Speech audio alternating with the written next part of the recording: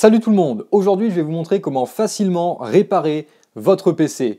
Le plus souvent c'est la carte mère qui tombe en panne, car la carte mère c'est l'élément central et c'est donc elle qui centralise toutes les pannes. Aujourd'hui j'ai cette carte mère gaming ASRock à réparer et je vais vous montrer comment vous aussi vous pouvez le faire facilement. La première étape c'est de l'installer sur ma table de bench afin de la connecter et de la tester.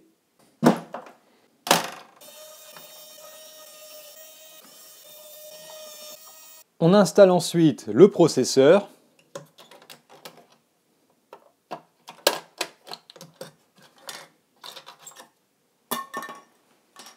Oups, j'oublie quelque chose de très important, la pâte thermique. Pensez bien à installer de la pâte thermique avant de mettre votre processeur en place. C'est ce qui permet d'améliorer la conductivité thermique transistationnelle.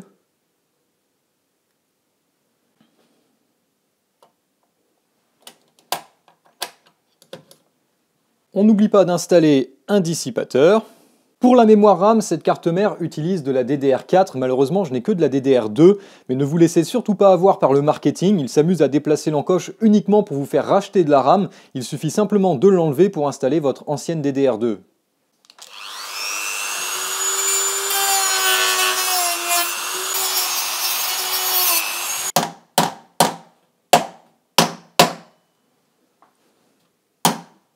Une fois que c'est fait, il ne faut pas oublier de connecter la prise 24 broches de la carte mère, l'alimentation pour le processeur, le câble SATA pour notre SSD et les petits connecteurs pour les boutons en façade. Notre PC est prêt, il ne reste plus qu'à connecter un câble d'alimentation. Pour l'écran, je vais utiliser un câble HDMI, on va se connecter direct à l'arrière de la carte mère car ce processeur a une partie graphique intégrée. On met le système sous tension. On peut voir le RGB qui s'éclaire sous le dissipateur. Et si j'essaye d'allumer le PC, il ne se passe absolument rien. Comme vous pouvez le voir, l'écran reste noir. On vient de valider que cette carte mère était défectueuse. Maintenant, quelle est la panne? Eh bien, la première chose que l'on peut repérer, c'est que ici, on a un condensateur qui est partiellement arraché, ainsi qu'un connecteur PCI Express qui n'est pas en très bon état. Ça, c'est très mauvais car ça peut potentiellement provoquer des courts-circuits qui peuvent empêcher la carte mère de démarrer. La meilleure solution, comme ces composants ne sont pas indispensables, c'est de proprement les retirer de la carte mère pour enlever tout potentiel court-circuit et peut-être permettre à notre système de démarrer. Pour ça, je vais prendre mon fer à souder et ça ne devrait pas être trop compliqué à retirer.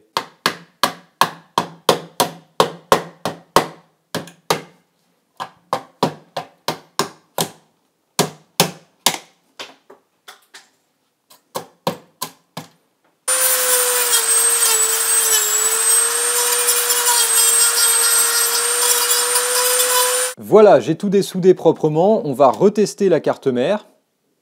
Malheureusement, les LED clignotent toujours et lorsque j'essaye de démarrer, il ne se passe rien. Une autre source de panne peut être la saleté et la poussière. Comme vous pouvez le voir, j'ai ici une carte mère qui est extrêmement sale, donc il va falloir nettoyer ça pour peut-être résoudre le problème.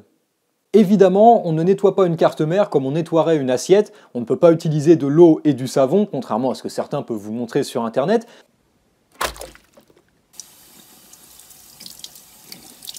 Généralement, on préfère utiliser de l'alcool isopropylique.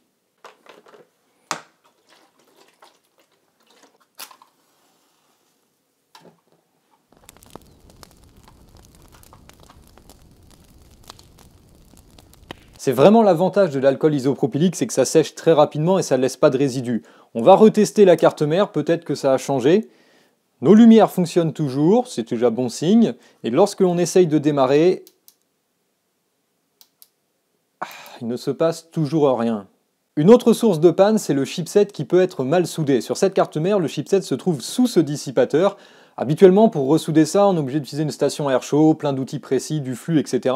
C'est un peu surfait comme technique. On peut simplement appliquer de la pression dessus pour tout simplement recoller les billes d'étain et faire en sorte que le système refonctionne. C'est exactement ce que je vais faire.